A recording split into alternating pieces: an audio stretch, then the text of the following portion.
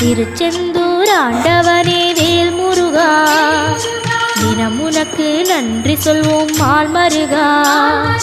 திருவடியில் தவம் இருப்போம் திருமுருகா, தீப்பெழுது நலமெனவே வடிவழகா.